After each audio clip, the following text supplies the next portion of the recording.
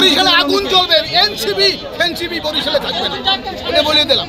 NCB বরিশালে থাকবে। তার দৃশ্যমান আপনার সব সাংবাদিক আপনার ছিলেন, আমাদের শুরু থেকে এই পুরস্কার আপনারা এখন বলছিলেন, আপনারা সশক্ততার উদাহরণ, আপনারাই জানাতে পারবেন না আপনারা উদ্দেশ্য এরা কারা, আপনাদের মধ্যে আমরা জানতে চাই এরা কারা, আপনারা উত্তর দেবেন, প্রশাসনের কাছে জবাব চাই। বরিশাল শহরে আর এনসিবি টেনসিবি চলবে না, এটা আজকে খবর দিয়ে দেবো।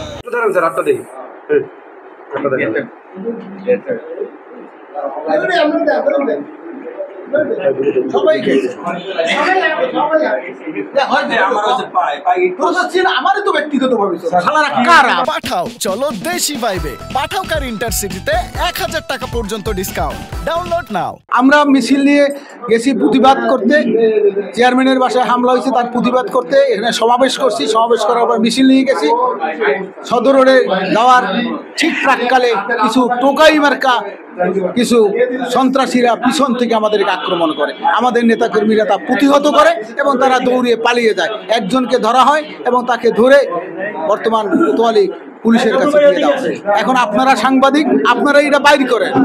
আমাদের দাবি হচ্ছে এটা বের করেন। এই বরিশাল কার কাছে লিজ দেওয়া হয় নাই, বাংলাদেশকে কারোর কাছে জিম্মি করে দেওয়া হয় নাই। এই বরিশালে আমরা এই মাটি ঘাটের সাথে আমরা জড়িত, এই রাজনীতির সাথে আমরা জড়িত।